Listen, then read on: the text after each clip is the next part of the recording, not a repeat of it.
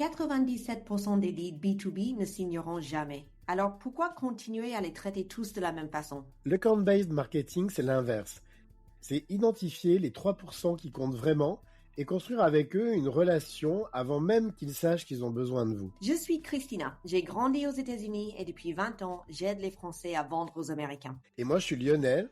J'ai 15 ans d'expérience à construire des systèmes qui convertissent pour des PME françaises. Et ensemble, on décortique l'ABM pour les PME françaises. Bienvenue dans GoABM. Le marché américain, on y croit. On investit du temps, de l'énergie, parfois de l'argent, beaucoup d'argent. On identifie les prospects, on envoie des messages et on attend. Et au bout de plusieurs mois, le bilan est maigre. Quelques conversations polies, rien qui avance vraiment. Et la question finit toujours par arriver. Est-ce qu'on s'est trompé de marché? Ce que j'entends dans ces moments-là, c'est souvent une variante de la même phrase. Les clients américains ne veulent pas ce qu'on vend. Ils ne sont pas encore prêts. Depuis la France, c'est impossible. Ou plus directement, on a essayé le marché US et ça ne marche pas pour nous. Chaque fois que j'entends des phrases comme ça, je commence à me poser des questions. Parce que cette phrase peut vouloir dire des choses très différentes. Soit c'est vrai, le marché n'est pas là, le timing est mauvais, il faut attendre ou pivoter. Soit c'est une conclusion tirée trop vite à partir d'une méthode qui ne fonctionnait pas, une approche commerciale qui était un peu off et un manque d'adaptation. Et ça n'a rien à voir avec le produit en lui-même. Alors, avec les années, j'ai appris à distinguer les deux. Quand un client arrive avec ce diagnostic, après avoir essayé seul pendant des mois, ma première réaction, ce n'est pas de valider ce qu'il me dit. C'est de regarder ce qu'il a fait, concrètement, et de le challenger. C'est le fil de cet épisode, un cas réel, une transformation d'approche, et ce que ça m'a amené à construire depuis. Parce que ce projet m'a forcé à formuler quelque chose que je savais intuitivement, mais que je n'avais jamais vraiment mis les mots. Je suis Christina Rebuffet-Brodus, cofondatrice de GoABM avec Lionel Clément. GoABM, c'est le podcast qui décrypte les stratégies de account-based marketing pour les PME et les scale-up françaises, celles qui veulent générer plus de pipeline sur le marché aujourd'hui et sur le marché américain, ou même aujourd'hui. Mais en tout cas, ça marche que vous soyez en France ou aux États-Unis. Et aujourd'hui, un cas concret. Comment une PME tech est passée de 1200 prospects sans résultat à 1,4 million de dollars de pipeline en changeant une seule chose? Je récupère parfois des projets US qui ont démarré sans accompagnement. Une entreprise qui essaie de faire avec les moyens du bord, qui accumule les mois sans résultat, qui a suivi peut-être une learning expedition avec des institutions publiques, qui ont bien sûr leur place, mais qui ne remplacent pas de l'opérationnel, qu'on soit bien d'accord. Et après tout ça, ces entreprises commencent à se demander si le marché américain est vraiment fait pour elles. Celui dont je veux vous parler, c'était une PME tech. 30 personnes, produit validé en France et en Europe. Donc, ils savaient que le marché existait pour ce qu'ils vendaient. Côté US, ils avaient eu quelques contacts, quelques salons, quelques conversations qui semblaient prometteuses sur le moment, mais rien qui avait abouti. Quand on s'est assis ensemble pour regarder ça, j'ai commencé par les cibles. En plus de leurs contacts existants, ils utilisaient un outil de prospection automatisé. Plus de 1200 prospects identifiés selon les critères rentrés dans l'outil. Des campagnes actives depuis plusieurs mois et forcément, avec un volume pareil, les messages étaient génériques. Pas parce que l'équipe ne savait pas faire, mais parce que à cette échelle, c'est mathématiquement impossible de faire autrement. Et le résultat, il y avait très peu de retours qualifiés. Donc, leur diagnostic, c'était que le marché américain ne voulait pas de leurs produits. Mon hypothèse, dès le départ, c'était qu'on avait un problème de méthode plutôt. Avant d'aller plus loin, je veux être honnête sur quelque chose. Ces outils d'automatisation, je les ai testés moi-même. J'ai lancé mes propres campagnes à des volumes importants et j'ai vécu exactement la même chose. Des taux d'ouverture qui semblent corrects, des réponses qui arrivent au compte-gouttes et cette sensation persistante quand même de parler un peu dans le vide.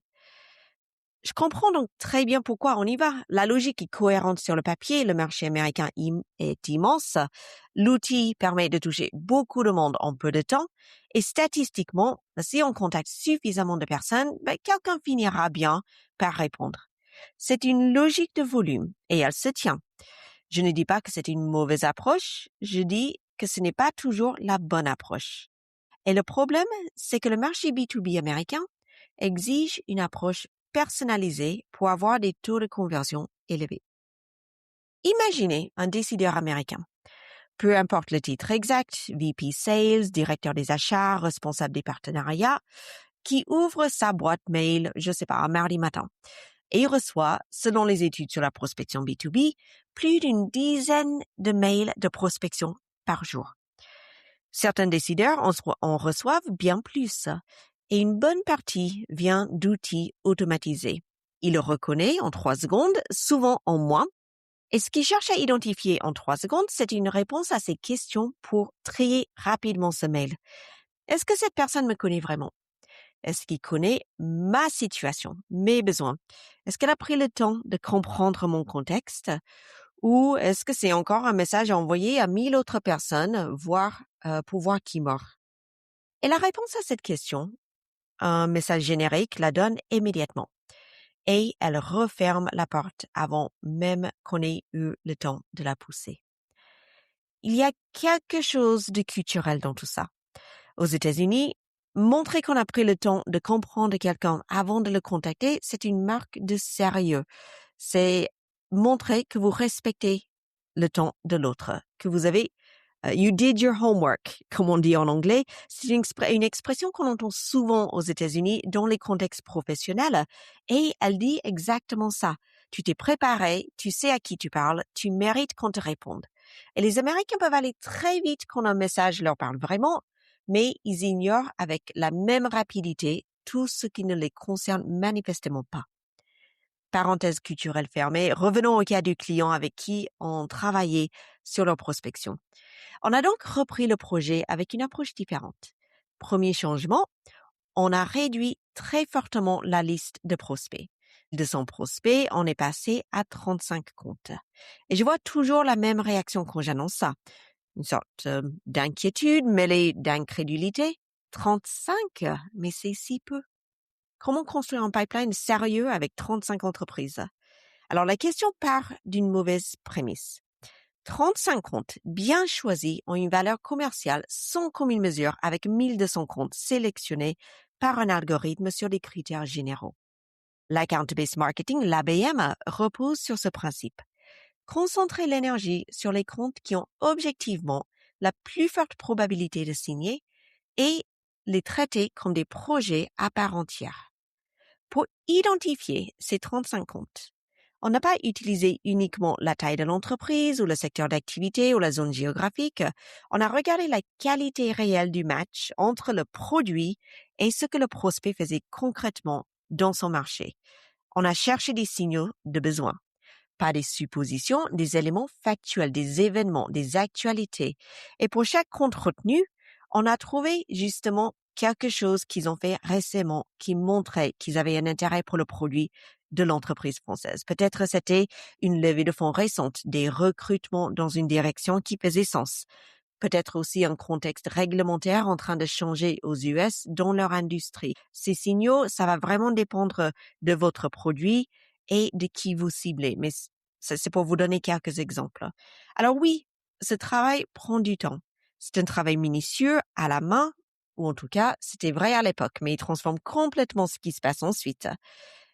Sur les messages, j'utilise un test assez simple pour évaluer si un message de prospection vaut quelque chose. La question que je pose, est-ce que ce message pourrait être envoyé à une autre entreprise sans le modifier? Si oui, il est générique. Peu importe le soin qu'on a mis dans la rédaction. Peu importe qu'on ait personnalisé le prénom et le nom du secteur d'activité avec des placeholders que l'IA remplit en analysant le profil de prospect. Si le message peut être envoyé à 2 personnes différentes dans 2 entreprises différentes, il n'a pas sa place dans une approche ABM. Un message qui fonctionne dans ce contexte, il est taillé pour une seule situation, à un moment précis. Le destinataire le comprend en lisant la première phrase parce qu'il y voit quelque chose qui n'aurait pas pu être écrit pour quelqu'un d'autre. Pour ce client, on a construit une séquence de 4 contacts par compte, pas une relance agressive tous les 2 jours, mais une progression qui ajoute quelque chose à chaque fois, qui construit une raison de répondre plutôt que de simplement rappeler qu'on existe. Et au bout de 2 semaines, les premières réponses sont arrivées. Des échanges réels avec des interlocuteurs qui avaient envie de continuer la conversation et 10 mois plus tard, 1,4 million de dollars de pipeline et un contrat signé. Alors, ce n'était pas une méthode miracle et ça ne promet pas de signer un client US au bout d'un mois. C'était les bons messages aux bonnes personnes à un moment où ces personnes avaient une raison concrète de s'y intéresser. Mais sur les résultats, la différence avec ce qui avait été fait avant avec les outils d'automatisation, c'était le jour et la nuit. Alors ce projet, on l'a mis en place début 2025. Honnêtement, avec les outils qu'on avait à l'époque, le travail de recherche sur ces 35 comptes a pris plusieurs mois.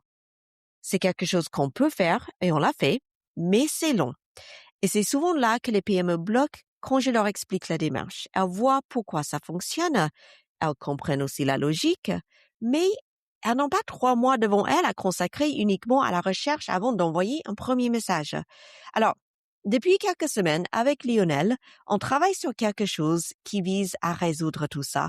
C'est un outil qui prend en charge la partie collecte et analyse, identifier les signaux d'achat, rassembler les informations pertinentes sur chaque compte, préparer le terrain pour que les messages puissent être vraiment personnalisés sans que ça prenne des mois et aussi justement parler, je dirais, à l'entreprise, mais aussi parler à la personne en tant que personne, en tant qu'individu dans les messages qu'on va leur envoyer.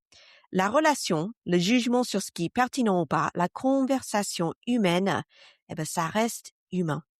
Mais la partie recherche, elle peut aller beaucoup plus vite en étant véritablement personnalisée.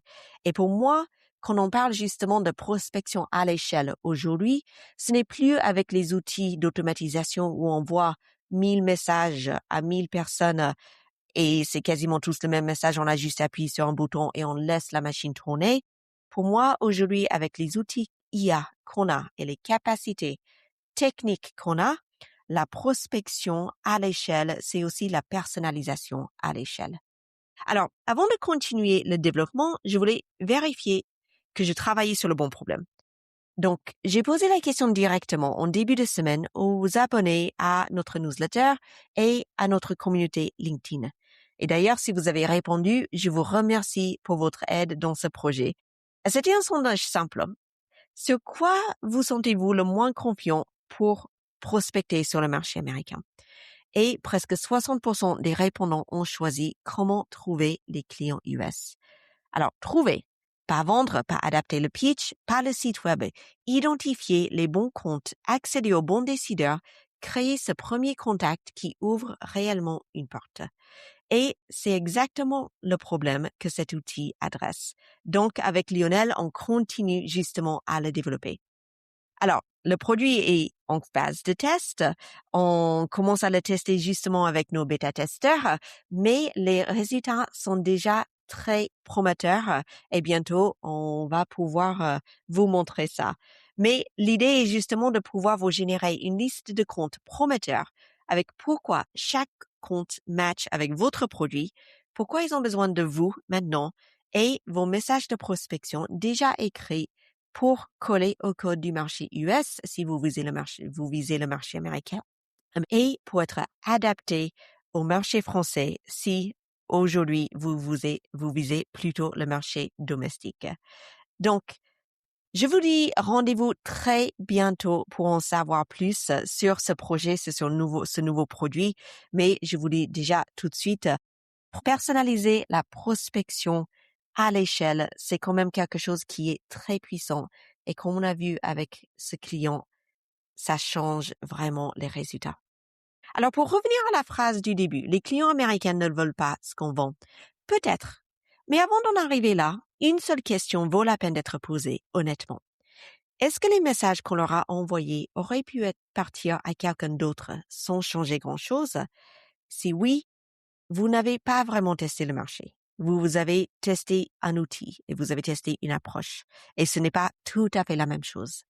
Et si vous voulez trouver du focus dans votre prospection sur le marché américain ou français d'ailleurs, je vous invite à vous rendre sur goabm.io pour prendre contact avec nous. Prenez rendez-vous et on discutera et on peut justement faire un test avec cet outil qu'on est en train de construire.